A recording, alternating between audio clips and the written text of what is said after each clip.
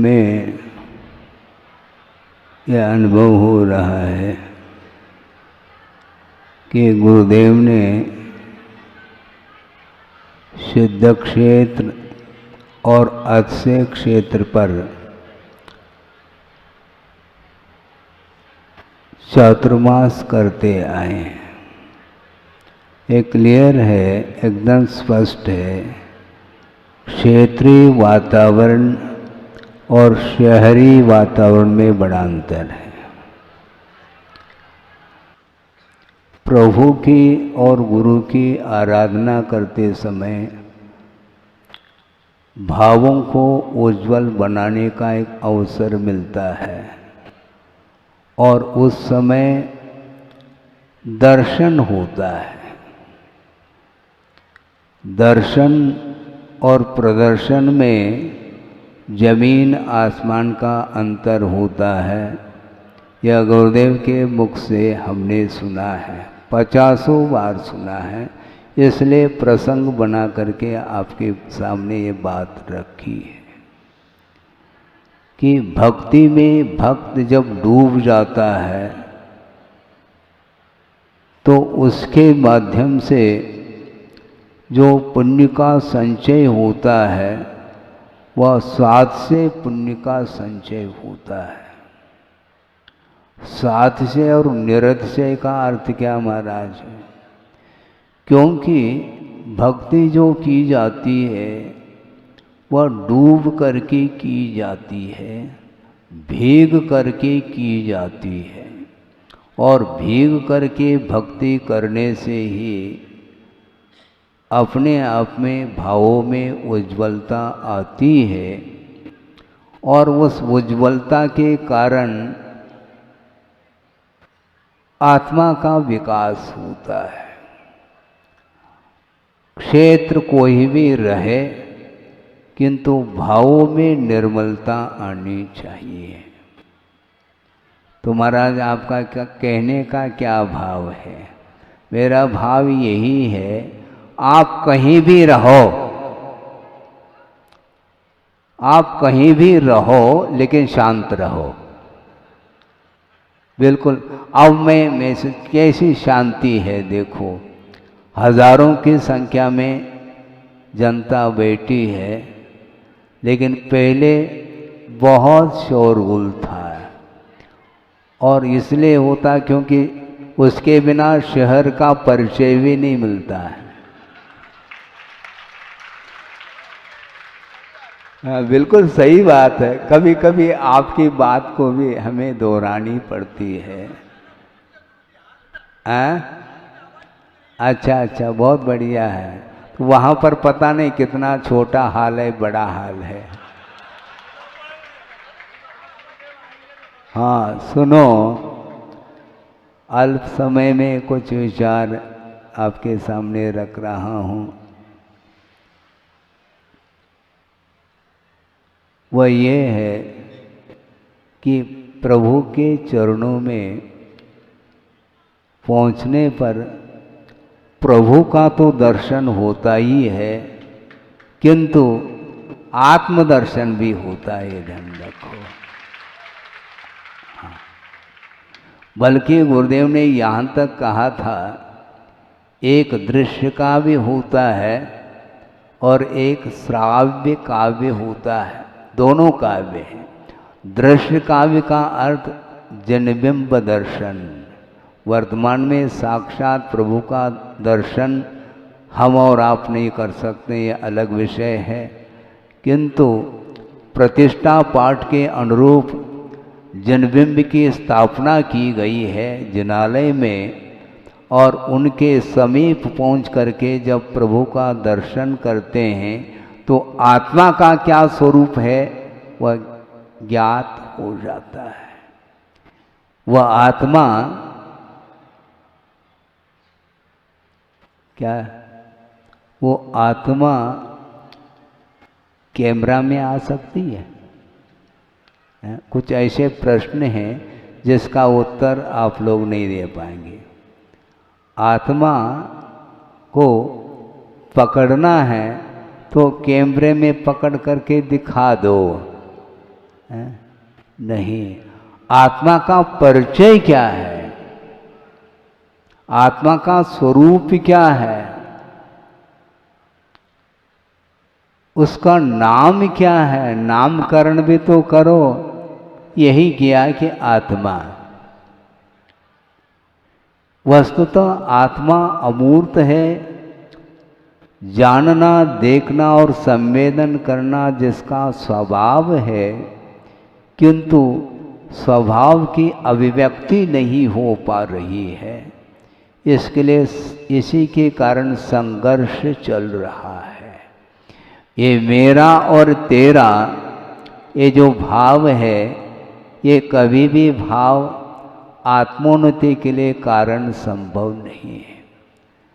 एक क्षण के लिए तो कम से कम हम पर को भूल करके आत्म तत्व के विषय में चिंतन करना यदि प्रारंभ नहीं करते हैं, तो इस प्रकार के जो उपदेश हैं, मैं उपदेश का महत्व घटा नहीं रहा हूँ, न घटाने से घट सकता है, लेकिन हकीकत ये है कि अतीत अनंत काल व्यतीत हुआ है इस संसारी प्राणी का, अभी भी वह जागृत नहीं है।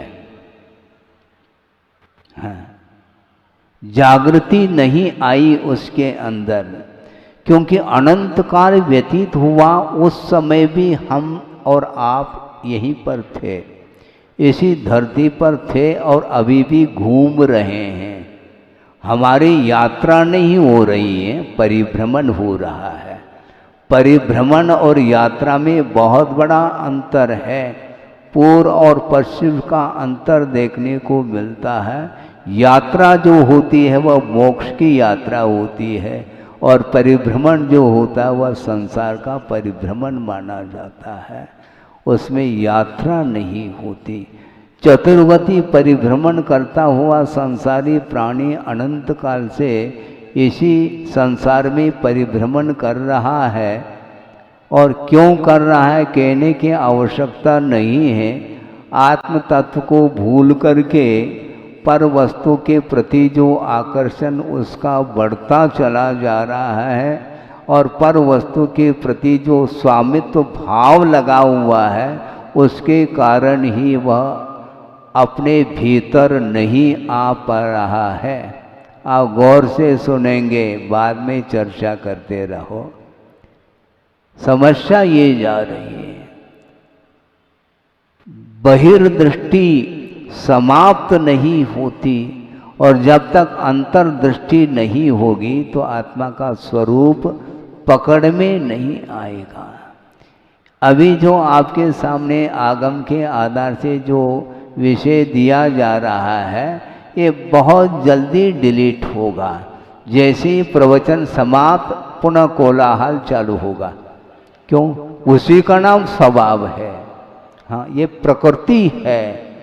अभी आप शांति से सुन रहे हैं, सुनना भी चाहिए, किंतु जो आगम के अनुरूप कहा जा रहा है, उसको आत्मसात जब तक नहीं करेंगे, तब तक ये उपदेश की श्रृंखला ये हमेशा बनी रहेगी। सुनने और सुनाने की जो परंपरा है वो आज की नहीं, वो अनंतकालीन परंपरा है, और होना भी चाहिए। बिना देशना के आंखें खुलती नहीं, लेकिन हम आंख मेच करके सुनते हैं, कान बंद करके सुनते हैं। तो सुनना क्या रहा महाराज? वो सुनना नहीं है वो, क्योंकि सुन करके उसका आशय क्या है, इसको पकड़ करके उसको आत्मसात करने की बात थी।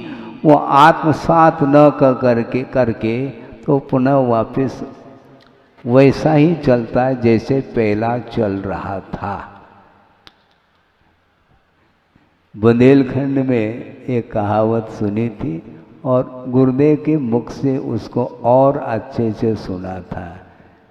आप कितने भी समझाओ बुझाओ, किंतु नाली तो वहीं से बहेगी। हाँ, नाली वहीं से बहेगी। ये बहुत इसमें रहस्य छुपा हुआ है, इसलिए गुरुदेव कहते हैं ज़्यादा सुनाओ नहीं।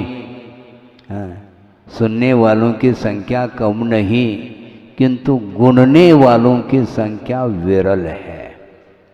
महत्वपूर्ण तो वो है, दुकान खुली है और ग्राहक के ऊपर ग्राहक आ रहे हैं, इसके उपरांत भी ग्राहक ग्रहण करने वाले कौन है और वापस खाली लौटने वाले कौन है। आपस में यदि तुलना करेंगे तो खाली हाथ लौटने वालों की संख्या ज़्यादा रहेगी और ग्रहण करने वालों की संख्या अल्प मात्रा में, अल्पसंख्यक जिसको बोलते हैं आप लोग। हाँ बिल्कुल ठीक है। आत्मसात करना खेल नहीं है, ये श्रवण के लिए भी खेल नहीं है, ऐसा गुरुदेव ने कहा और आगमकारों ने कहा है। जैसा स्वरूप है उसका परिज्ञान करके उसमें डूबने का नाम आत्म साधना है, मात्र सुनना नहीं। सुनते सुनते युग निकल गए, इसके उपरांत भी वहीं पर हम खड़े हैं जहाँ पर पहले थे। वही घोड़ा और वही मैदान इसको बोलते हैं। आप सोचो समझो, आपकी क्या बोलते हैं, निवेदन सुन लिए हैं। जैसे आप लोग प्रवचन सुनते हैं उसी प्रकार हमने निवेदन को सुन लिए हैं। अब उसके बाद क्योंकि अभी भोपाल की समाज आई है, संभव है 2-4 दिन बाद इंदौर की समाज आ जाए, जबलपुर की समाज आ जाए और अन्यत्र की समाज आ जाए। पूरे भारतवर्षीय समाज आ सकती है और यह हॉल कम पड़ेगा, आएगी। निवेदन अपनी भावना व्यक्त करेगी, करना भी चाहिए। प्रार्थना हम सुनते चले जाएंगे, लेकिन चातुर्मास कहाँ होगा महाराज? सुनो सुनो, फिर कोलाहल चालू हो गया। देखो सुनो, पहला चातुर्मास कहाँ होगा?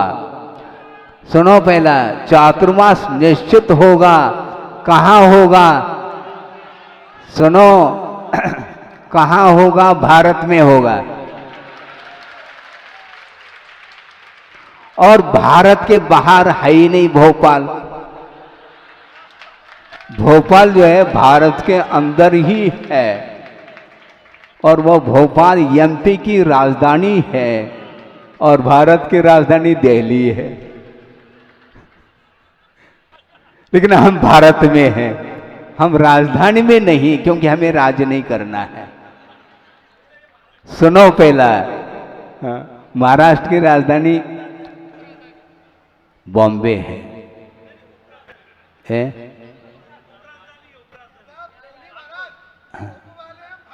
अच्छा अच्छा अच्छा अच्छा, ठीक ठीक है। बहुत कठिन काम है। हाँ, राजधानी अलग है, लेकिन गुरुदेव का ये कहना था कि हमेशा राग द्वेष से यदि ऊपर उठना चाहो तो व्यापक दृष्टिकोण होना चाहिए। तो व्यापक दृष्टिकोण वो है भारत, इंडिया नहीं। हाँ, भारत में रहो। हाँ, यही तो समस्या है। सामान्य और विशेष इसमें विभाजन होता है, और सामान्य की ओर दृष्टि जाती है तो सब समान है।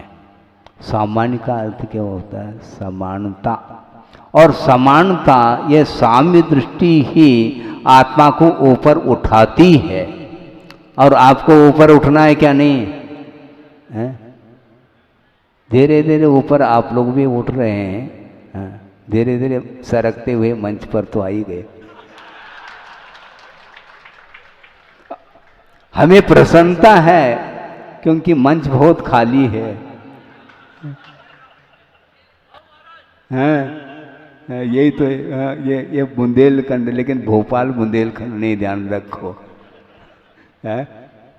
बुंदेलखंड की भाषा अलग है, हाउ बोलते हैं। सुनो, ये बहुत कठिन होता है हाउ बोलना। आगम में जो कहा है उसके लिए हाउ बोलो। हाँ, HOW हाउ नहीं बोलना, किंतु हाउ जो कहा है वह सत्य है। जो आगम में कहा है, जो गुरुओं के वचन है, वह यथार्थ है, उसमें किसी भी प्रकार से विपरीतता नहीं आ सकती है। इसलिए देव गुरु शास्त्र की उपासना की बात जब आती है तो अड़ोस पड़ोस में क्या हो रहा है ये सब एक तरफ रह जाता है, मात्र प्रभु की ओर ही दृष्टि जाती है अथवा गुरु की ओर दृष्टि जाती है। सामने गुरु विराजमान हो अथवा न हो, सुनो शांति से, गुरुदेव आपके बीच में नहीं हैं ऐसे कई व्यक्ति कह रहे हैं और मैं भी कहता हूँ, लेकिन वस्तुतः देखा जाए प्रत्येक व्यक्ति के हृदय में गुरुदेव विराजमान है।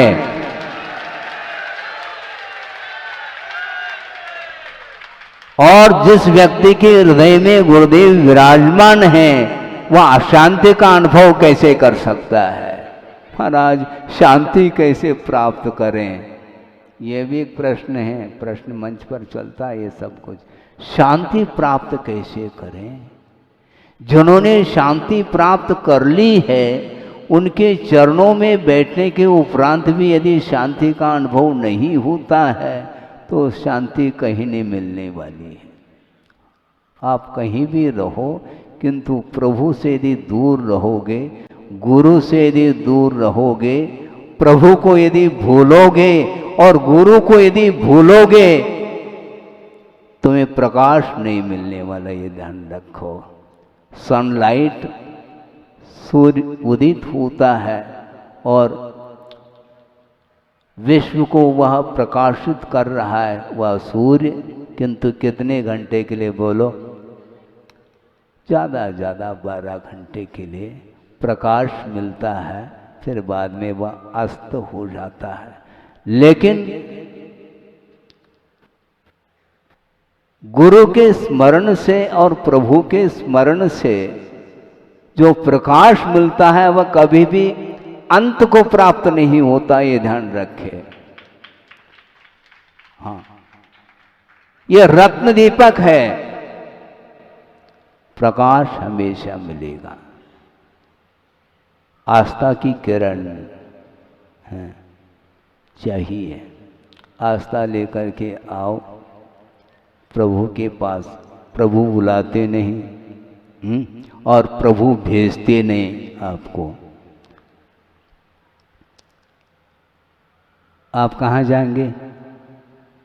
महाराज जहाँ से आए वहाँ जाएंगे, और क्या। कहाँ से आए? हम भोपाल से आए, भोपाल जाएंगे। महाराज भोपाल के लिए आशीर्वाद दो, ऐसा किसी ने कहा। मैं भोपाल के लिए आशीर्वाद नहीं देता, भोपाल वालों के लिए आशीर्वाद है। सुनो, इसका आशय भी सुनो।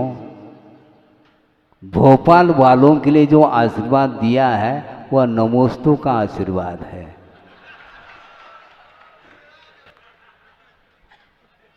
क्योंकि आपने नमोस्तु किया है तो धर्मवृत्ति का आशीर्वाद तो हम देंगे। आप नहीं भी आएंगे तो भी देंगे, यह ध्यान रखो। क्योंकि विश्व कल्याण का भाव रहता है, रहना चाहिए। इसलिए विश्व कल्याण करने के लिए निरंतर आगम की आज्ञा है कि कर्तव्य से कभी भी विमुख नहीं होना चाहिए। निरंतर आत्म कल्याण करते हुए, आत्म साधना करते हुए जो आत्म साधना करने की इच्छुक होता है उसके लिए भी यथार्थ मार्ग का दर्शन उन्हें हो, इसके लिए वह निरंतर प्रयत्न करते रहते हैं। किंतु पटरी से नीचे नहीं उतरते वो। आप भले ही उतर जाए, ये बात अलग है, किंतु जो गुरु होते हैं वे कभी भी आगम से साइड में नहीं आते अथवा आगम को साइड में नहीं रखते। तभी इनसाइड, भीतर, आउटसाइड नहीं, भीतर देखना है तो साइड में क्या हो रहा है उस ओर हमें नहीं देखना, क्योंकि संसार अनंत है, उसका अंत ही नहीं है। जब हमारा ही अंत नहीं हुआ अभी तक, मैं दूसरे का संसार अंत कैसा कर सकता हूँ। एकमात्र निमित्त के अपेक्षा से कहा गया है आगम के अनुरूप उपदेश देते रहो, किंतु उस उपदेश को जो आत्मसात करता है, आस्था के साथ करता है, आदर के साथ, बहुमान के साथ करता है, तो उसके लिए ये शब्द जिनवाणी सार्थक सिद्ध होती। बाकी ओम शांति है, पक्की बात है। इसलिए ज़्यादा नहीं कहना चाहता हूँ, क्योंकि बाद में भी तो कुछ कहा जाएगा ना। आज ही सब कुछ कहूँ तो कल भी तो कहना पड़ेगा, क्योंकि कल भी आप निवेदन करेंगे, मतलब आप अर्थात हाँ, यहाँ की जनता पुनः कल भी माइक रखेगी, परसों भी रख, लगभग 70 दिन हो गए या 72 दिन हो गए हैं, गिने हैं क्या नहीं। 28 मार्च को प्रवेश हुआ था सदर में, क्योंकि सादर निवेदन किया था इसलिए सदर आए थे। 28 मार्च और आज 7 जून है। अप्रैल मई पूरे 2 दिन और बिल्कुल ठीक है, गणित ठीक है। हमने सोचे कहीं गणित में फेल तो नहीं हो रहे हम। बिल्कुल सही, बिल्कुल ठीक। 72 दिन हुए, 9 का अंक है, ध्यान रखो। हाँ, बिल्कुल पक्की बात। और 72 दिन से आप लोग सुन रहे हैं, जिनवाणी का श्रवण कर रहे हैं, इसी प्रकार निरंतर करिएगा। हाँ, जब तक प्यास नहीं बुझती तब तक आप जलपान करते ही रहते हैं। उसी प्रकार जब तक मन नहीं भरता, महाराज मन नहीं भरता, कहाँ तक भरा ये तो बताओ कम से कम, है? कहीं ओवर न हो जाए। मन भरता नहीं, इसलिए नहीं भरता क्योंकि जब तक हम श्रवण करते हैं तब तक हमारा उपयोग वहाँ पर रहता है, और जो ही जिनवाणी स्तुति हो गई फिर डिलीट होता है। उसको डिलीट नहीं करो, बार बार रिपीट करो उसको। बार बार आप जिनवाणी को रिपीट करेंगे तो मोहजन्य परिणाम डिलीट हो सकते हैं, उसके बिना संभव नहीं है। इसलिए मोह के कारण ही संसारी प्राणी का पतन हो रहा है।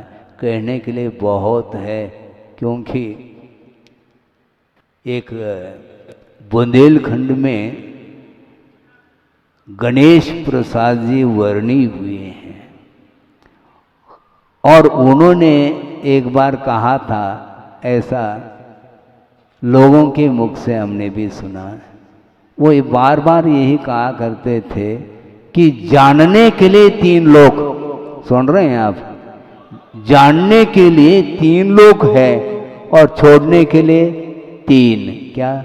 राग द्वेष मोह। तो राग द्वेष मोह छोड़ना है, यहां पर भी छोड़ सकते हैं ना। भोपाल में जाकर के छोड़ने की अपेक्षा यहीं पर राग द्वेष मोह छोड़ दो, छोड़ना तो है। हाँ? अपन को ही छोड़ना है, वो भोपाल क्या छोड़ता है। वो भोपाल क्षेत्र विशेष का नाम है, वहां पर आप रहते हैं इसलिए आप भोपाल वासी बोले जाते हैं, किंतु वस्तुतः बहुत कठिन होता है। मोहजन्य परिणाम कभी भी शांत होती नहीं, बहुत प्रयत्न, बहुत कष्ट साध्य है वो। हाँ, वो दुर्लभ वस्तु है, आसानी से उसको हम प्राप्त नहीं कर पाएंगे।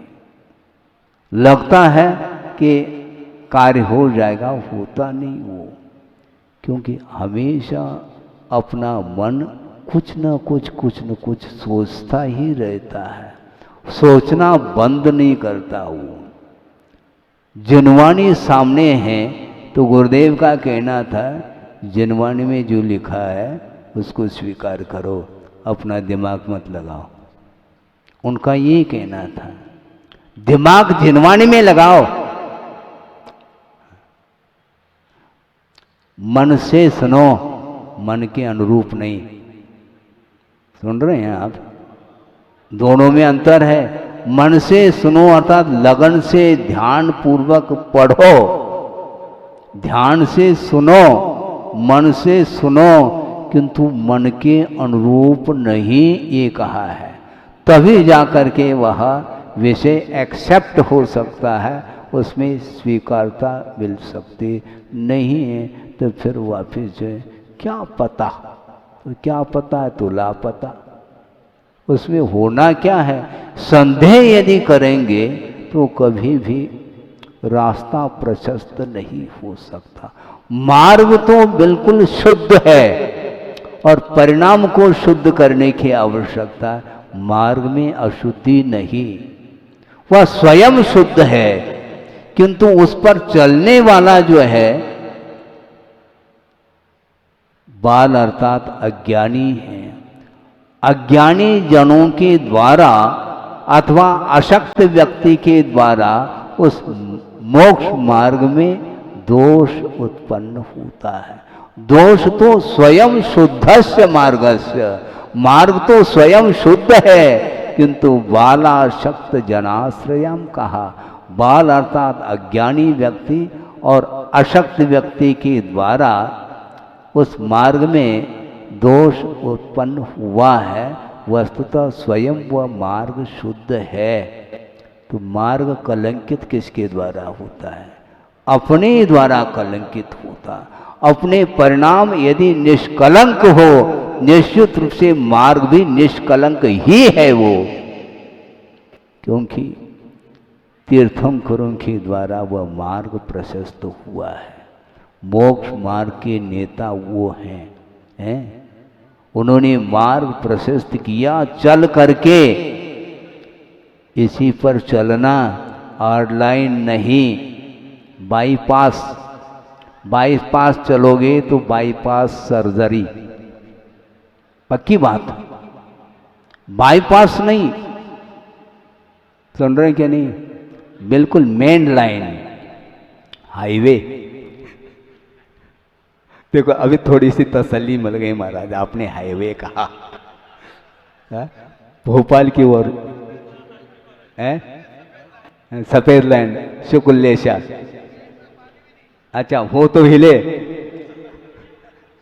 पानी न हो तो कहां से हिलेगा? ध्यान रखो, अपनी बात होती है, अपना समर्थन होता है तो तसल्ली मिलती है। बहुत जल्दी आपका मन प्रफुल्लित होता है। लेकिन ध्यान रखो, कोई बाधा नहीं, आपके भाव अच्छे हैं, होना भी चाहिए, किंतु वस्तुतः देखा जाए अपने परिणामों में जो कलुषता आती है वह राग द्वेष मोह के कारण आती है। उसको हमें दूर करना है। आप कहीं भी रहो, किंतु प्रभु के समीप रहने का प्रयास करिएगा। प्रभु यदि हमसे दूर हो गए, आप दुनिया में किसी भी कोने में रहो। किसी एक व्यक्ति ने कहा, सुनो, एकाग्र होकर के सुनो, समाप्त कर रहा हूं। किसी व्यक्ति ने कहा कि महाराज मुझे किसी की आवश्यकता नहीं, मैं दुनिया के किसी भी कोने में रह सकता हूं। तो उनके लिए ये कहा गया, भैया तुम क्या एक इंद्रिय भी रहता है? दुनिया के किसी भी कोने में रहना चाहो तो वह एक इंद्रिय भी रह रहा है, इसमें क्या दिक्कत है? किसी भी कोने में रहो, किंतु क्या है? गुरु के समीप रहो, प्रभु के समीप रहो, क्योंकि ये दूरी ठीक नहीं मानी जाती।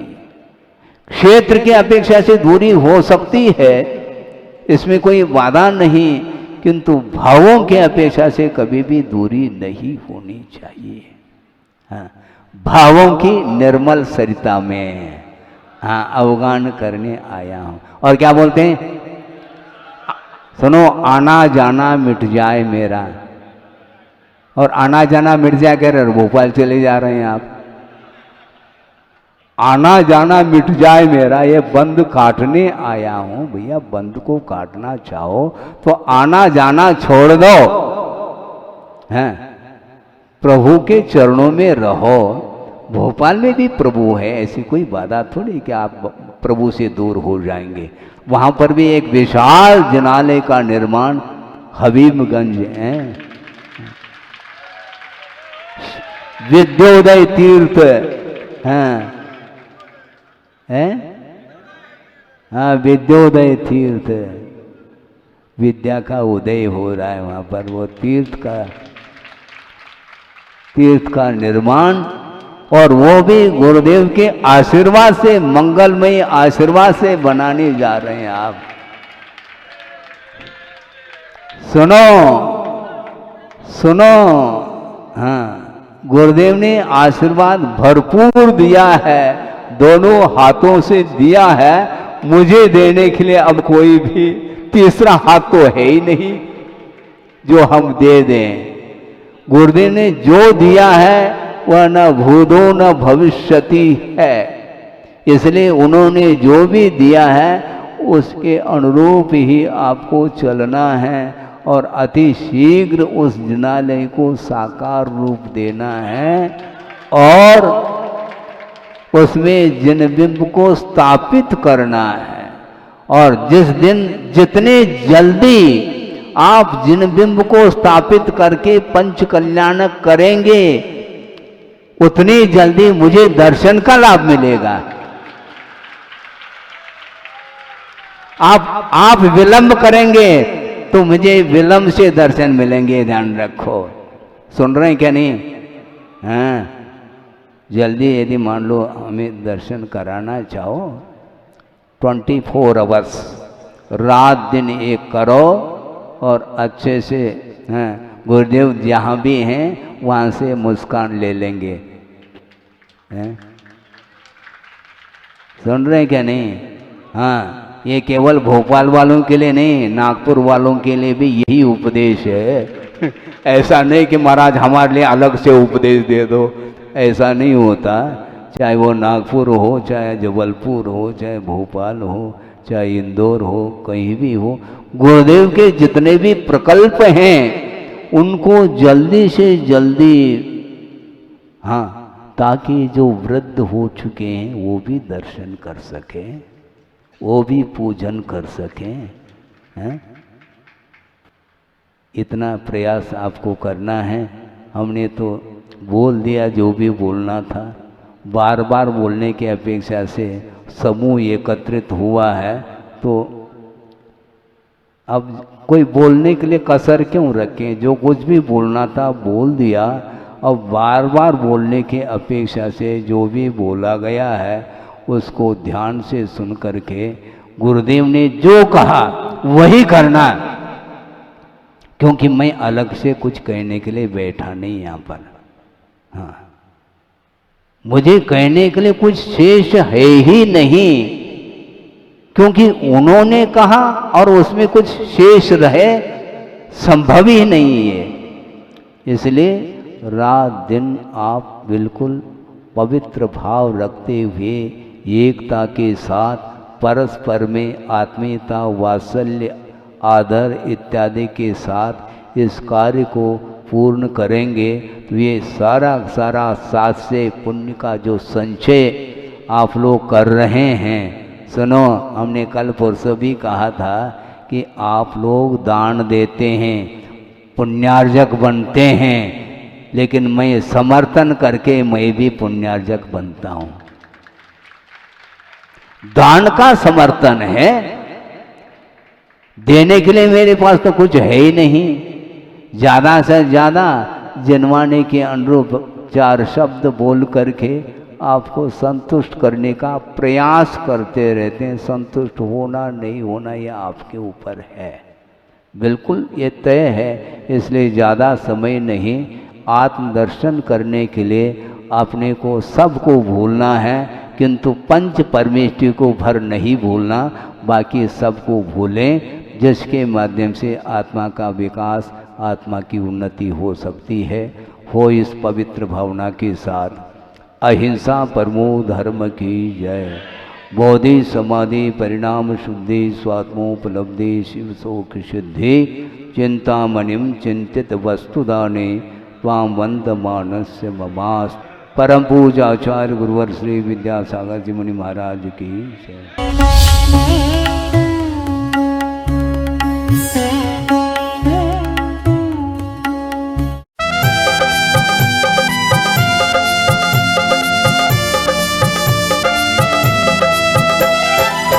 जिन शासन के नवाचार्य हैं, पूजे जिन्हें जग सारा है। जिन शासन के नवाचार्य हैं, पूजे जिन्हें जग सारा है। परम पूज्य श्री समय सागर को शत शत नमन हमारा है। परम पूज्य श्री समय सागर को शत शत नमन हमारा है।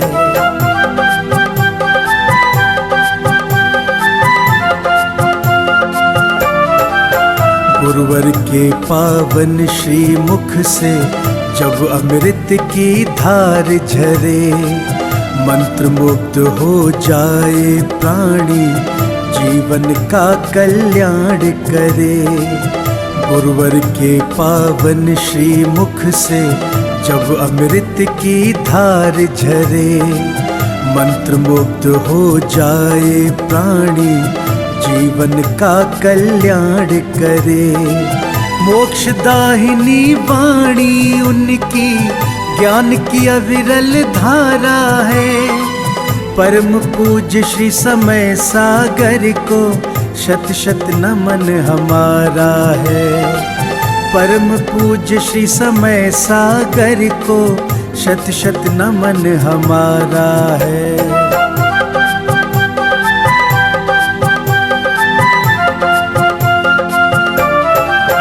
परम तपस्वी दिव्य ओजस्वी धर्म ज्ञान के भंडारी, काया जिनवर के समरूपी, भक्तन के हैं भवतारी। परम तपस्वी दिव्य ओजस्वी धर्म ज्ञान के भंडारी, काया जिनवर के समरूपी, भक्तन के हैं भवतारी। दिव्य दिगंबर रूप गुरु का लगता बड़ा ही प्यारा है। परम पूज्य श्री समय सागर को शत शत नमन हमारा है। परम पूज्य श्री समय सागर को शत शत नमन हमारा है।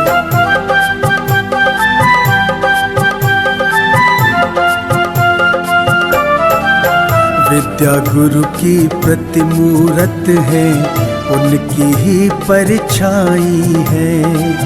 वही ज्ञान वाणी और करुणा, दिव्यता वही समाई है। विद्या गुरु की प्रतिमूरत है, उनकी ही परछाई है। वही ज्ञान वाणी और करुणा, दिव्यता वही समाई है। जिन वाणी चैनल करे भाव से, नित गुणगान तुम्हारा है। परम पूज्य श्री समय सागर को शत शत नमन हमारा है। परम पूज्य श्री समय सागर को शत शत नमन हमारा है।